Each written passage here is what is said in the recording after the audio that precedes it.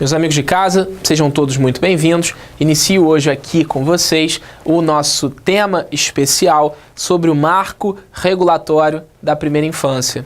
Eu vou continuar a tratar com vocês da Lei 13.257 de 2016 para, de alguma forma, tentar atualizar vocês a essas inovações legislativas recentes que podem aparecer em concurso e que vocês precisam sempre ficar bastante atentos.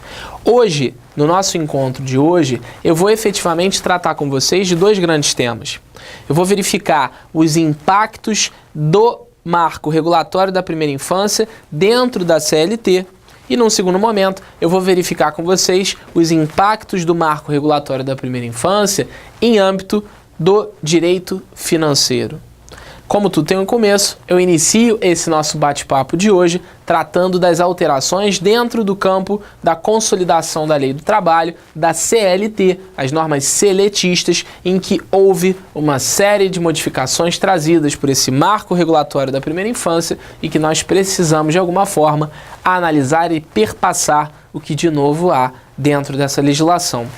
Acompanha comigo o artigo 37 da Lei 13.257 de 2016, que disse a seguinte disposição: o artigo 473 da CLT passa a vigorar acrescido dos seguintes incisos, quais sejam o inciso 10 e o inciso 11.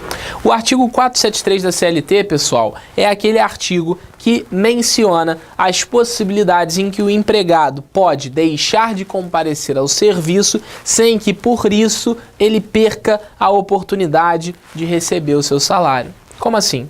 O artigo 473 sempre trouxe a possibilidade de que o empregado, em determinadas circunstâncias, não trabalharia, mas ainda assim perceberia a sua remuneração.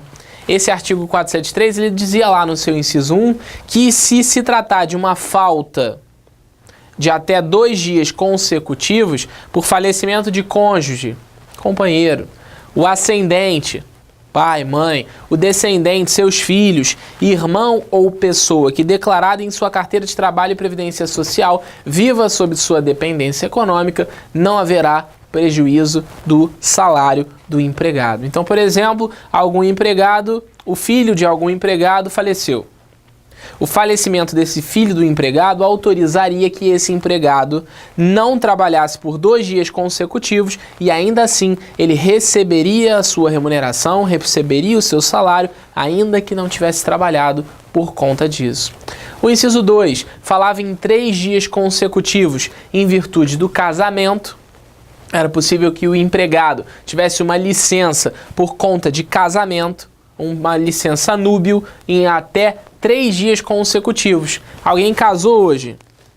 3 dias depois do casamento, esse alguém pode se ausentar do trabalho por uma licença, sendo que essa licença seria uma licença remunerada. Remunerada por quê? Porque seria uma licença que não prejudicaria a percepção dos vencimentos do salário desse empregado. Por um dia, no caso de nascimento do filho no decorrer da primeira semana, um dia o empregado pode se ausentar e ainda assim receber salário pelo nascimento do seu filho no decorrer da primeira semana, um dia qualquer. O inciso 4 do mesmo artigo 473 da CLT falava que podia se ausentar o empregado por um dia em cada 12 meses de trabalho se comprovasse que houve doação voluntária de sangue. Esse exemplo é muito comum. Com certeza vocês aí de casa já viram algum amigo que fez isso.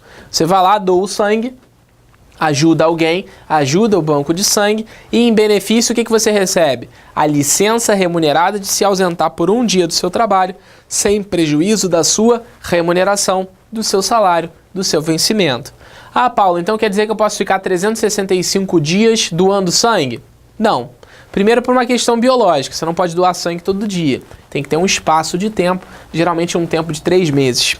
Pode ser mais, pode ser menos, depende da política de banco de sangue da sua região.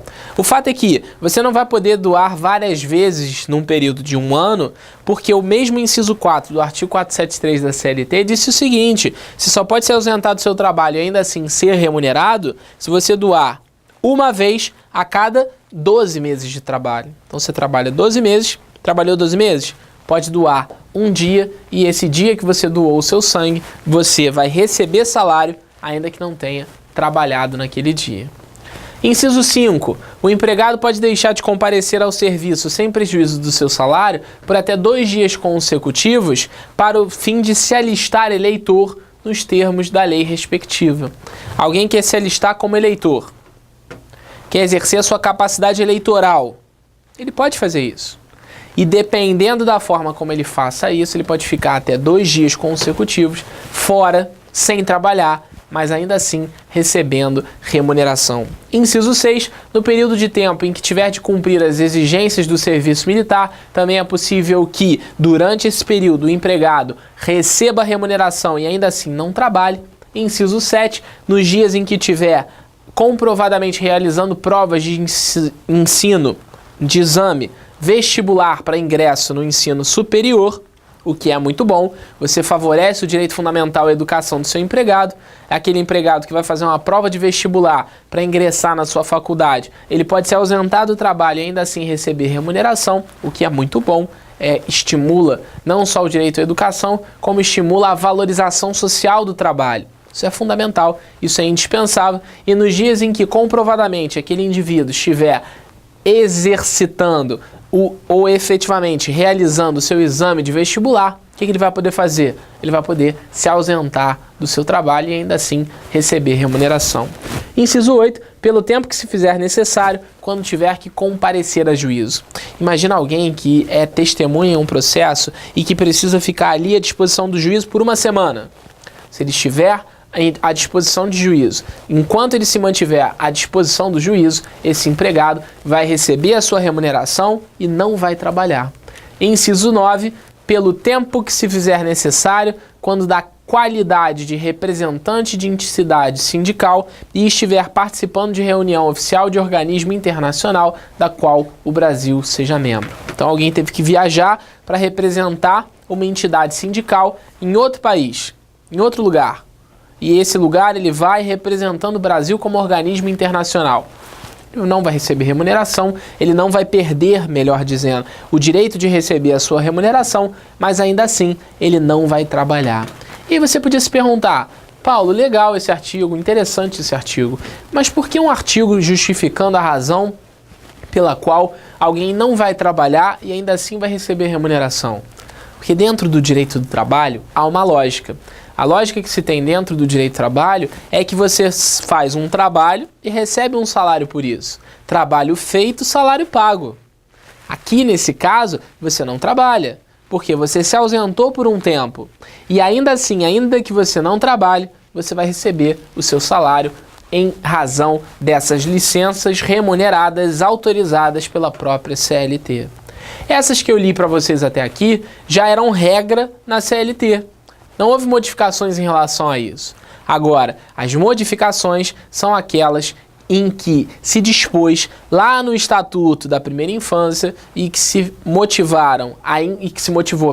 a inclusão do artigo 473, inciso 10 e do artigo 473, inciso 11, sendo que ambos trouxeram as seguintes possibilidades de licença remunerada. Inciso 10. Até 2 dias para acompanhar consultas médicas e exames complementares durante o período da gravidez de sua esposa ou companheira. Meus amigos, esse é um inciso de indispensável inclusão. Pensa só, a esposa ou a companheira. Aqui não dá nem para você pensar, poxa, que artigo anti-isonômico, não pensou na possibilidade do marido ou na possibilidade do companheiro. Aqui você tem que pensar o seguinte, durante o período da gravidez, até que se prove o contrário, só a mulher pode ficar grávida. Durante esse período de gravidez, o que vai acontecer? O marido ou o companheiro é que vai ter o direito de acompanhar as consultas médicas e complementares durante o período de gravidez da sua esposa ou companheira. Então o que vai acontecer? A esposa está lá, grávida, e precisa realizar exames médicos e exames complementares. Ah, mas ela pode ir sozinha. Será que ela pode ir sozinha? Gravidez não é doença, com certeza. Mas a gravidez, de alguma forma, acaba deixando a mulher mais frágil, mais sensível.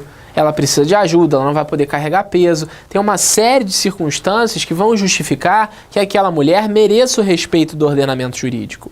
E para que ela mereça esse respeito, o que se criou com o Estatuto da Primeira Idade? O marido agora pode se ausentar por até 2 dias para acompanhar as consultas médicas e os exames complementares da sua esposa ou companheira que se encontrar grávida. Faz sentido? Faz muito sentido. Então lembra desse inciso 10, porque ele com certeza vai aparecer em breve nas provas de concurso público e eu preciso que você preste bastante atenção nele. O inciso 11, como eu disse para vocês, é a segunda inclusão dentro do artigo 473 da CLT, promovida pelo Estatuto da Primeira Infância, o Estatuto da Primeira Idade. Olha o que ele diz: o empregado pode deixar de trabalhar e ainda assim receber o seu salário por até 1 dia por ano para acompanhar seu filho de até 6 anos em consulta médica. Como assim? Como assim da seguinte maneira? Imagine um empregado que tem um filho de 2 anos. Esse empregado que tem um filho de 2 anos, ele pode 1 dia por ano ausentar-se do trabalho e ainda assim receber remuneração para acompanhar o seu filho de até 6 anos na consulta médica. Poxa, que absurdo! A criança de 6 anos pode ir sozinha. Claro que não pode ir sozinha. O pai ou a mãe, aquele empregado, não pensem só aqui no empregado homem, é um empregado mulher também. A mulher também é empregada. E a mulher pode querer acompanhar seu filho para uma consulta médica. Ela tem esse direito a partir do marco regulatório da primeira infância. Por até 1 dia por ano, até que se complete os 6 anos da criança, esse pai ou essa mãe vai poder acompanhar 1 vez por ano, claro, sempre essa ressalva, a consulta médica do seu filho ou da sua filha de até 6 anos para ajudar, auxiliar, levar, obviamente, transportar, conversar com o médico, o que é indispensável. O grande propósito desse marco regulatório foi favorecer a tenra idade. É preciso que você auxilie o cuidado dessas crianças, auxilie o cuidado dessa infância e propicie que os pais dessas crianças possam, de alguma forma, auxiliar essa infância, tá certo? Outra modificação trazida dentro da noção de direito do trabalho é a modificação do artigo 38 da Lei 13.257. Olha o que ele diz. Os artigos 1º, 3º, 4º e 5º da Lei 11.170, que é a lei que tratou da empresa cidadã, passam a vigorar com as seguintes alterações. Acompanha comigo. A Lei 11.770 de 2008, como eu já disse para vocês, é a lei que criou a empresa cidadã. O programa Empresa Cidadã, ele é um programa que, dentre outras medidas, gera um incentivo fiscal. Incentivo fiscal que eu vou conversar com vocês no nosso próximo bloco. Mas antes de chegar na modalidade do incentivo fiscal, quero conversar com vocês sobre as alterações promovidas pelo Estatuto, pelo Marco Regulatório da Primeira Idade, o Marco Regulatório da Primeira Infância e as modificações trazidas por esse Marco Regulatório. Para que nós façamos essa análise, eu preciso te mostrar quais foram os artigos alterados pelo Marco Regulatório. O primeiro artigo alterado é o artigo 1º. Lá no artigo 1º, se incluíram incisos para dizer o seguinte, olha só, é instituído o programa Empresa Cidadã destinado a prorrogar por 60 dias a duração da licença maternidade prevista na Constituição Federal. Vejam só que interessante. O Marco Regulatório da Primeira Infância alterou a lei que criou o programa da Empresa Cidadã para destinar como obrigação legal a noção de que agora é possível que a empresa considerada cidadã prorrogue por 60 dias a duração da licença maternidade já prevista pela Constituição. Então você tem lá aquele prazo previsto pelo inciso 18 do caput do artigo 7º da Constituição Federal, você vai pegar esse prazo e vai acrescer o quê? Mais 60 dias. Quem que deu esse direito? Quem deu esse direito foi efetivamente o Marco Regulatório da Primeira Infância, que alterou a lei do programa Empresa Cidadã. As alterações não pararam por aí. O inciso 2 dessa mesma legislação disse o seguinte, olha lá, é instituído o programa da Empresa Cidadã destinado a prorrogar, inciso 2, por 15 dias a duração da licença paternidade nos termos dessa lei, além dos 5 dias já estabelecidos no parágrafo 1º do artigo 10 do Ato das Disposições Constitucionais Transitórias, nosso conhecido ADCT.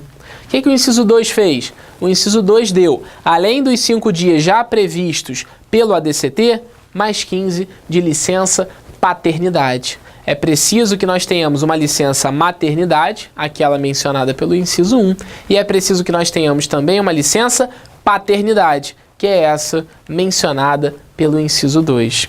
Além disso, mesmo artigo 1º tem no seu parágrafo 1º a forma pela qual essa prorrogação vai ser instrumentalizada, está lá o inciso 1, será garantida a empregada da pessoa jurídica que aderir ao programa da empresa cidadã, desde que a empregada requeira até o final do 1º mês após o parto e será concedida imediatamente após a fruição da licença maternidade, de que trata o inciso 18, que eu já falei para vocês, da Constituição Federal, da Constituição da República Federativa do Brasil. Será garantida a essa empregada a possibilidade de fruição desses benefícios do CAPT, caso, claro, a pessoa jurídica empregadora seja aderente do programa Empresa Cidadã.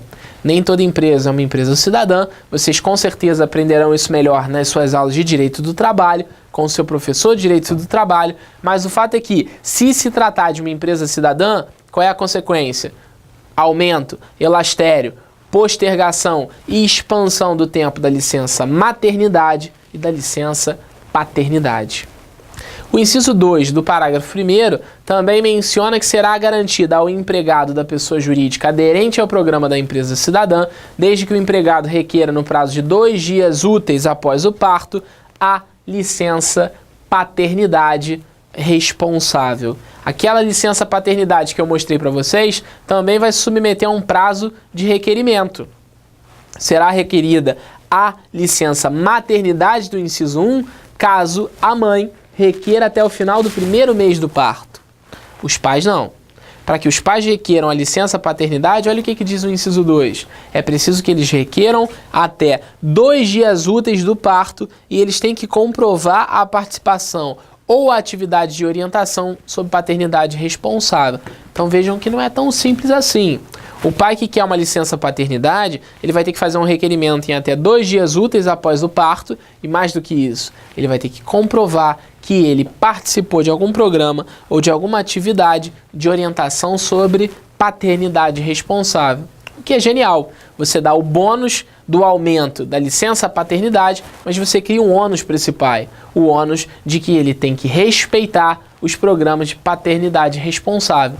Vai aprender a cuidar do filho, vai aprender a respeitar a mulher, vai aprender a cultivar a família que ele está ali pretendendo construir. Além disso, essa Lei 11.170, ela trouxe outras modificações dentro do campo do direito do trabalho. Vocês podem encontrar essas modificações também no parágrafo 2º do artigo 1º. A prorrogação será garantida na mesma proporção à empregada e ao empregado que adotar ou obtiver guarda judicial para fins de adoção de criança. Toda essa lógica que eu falei para vocês da licença maternidade e da licença paternidade também se aplica para aqueles que efetivamente adotaram uma criança, o que faz todo sentido. A nossa Constituição da República, ela é uma Constituição que preconiza a igualdade entre filhos. Não vale mais o filho adotado do que o filho emancipado. Não vale mais o filho biológico do que o filho adotado. Não existe mais isso. Filho é filho. Não importa se é adotado, não importa se foi fertilizado in vitro, não importa se ele veio de outro país, não importa nada. Importa que se é filho, é filho. E sendo filho, tem todos os direitos e todos os deveres inerentes a uma condição de paternidade e de maternidade. Esse daí é um bom exemplo. No caso de adoção, é importante que se pense que mesmo se tratando de uma adoção, a mãe e o pai adotantes terão direito à licença paternidade e à licença maternidade, claro, com as suas respectivas fruições, tá certo? Fico por aqui nessa primeira leva de inovações do marco regulatório da primeira infância e daqui a pouco eu volto com mais inovações tentando esclarecer para vocês. Até mais!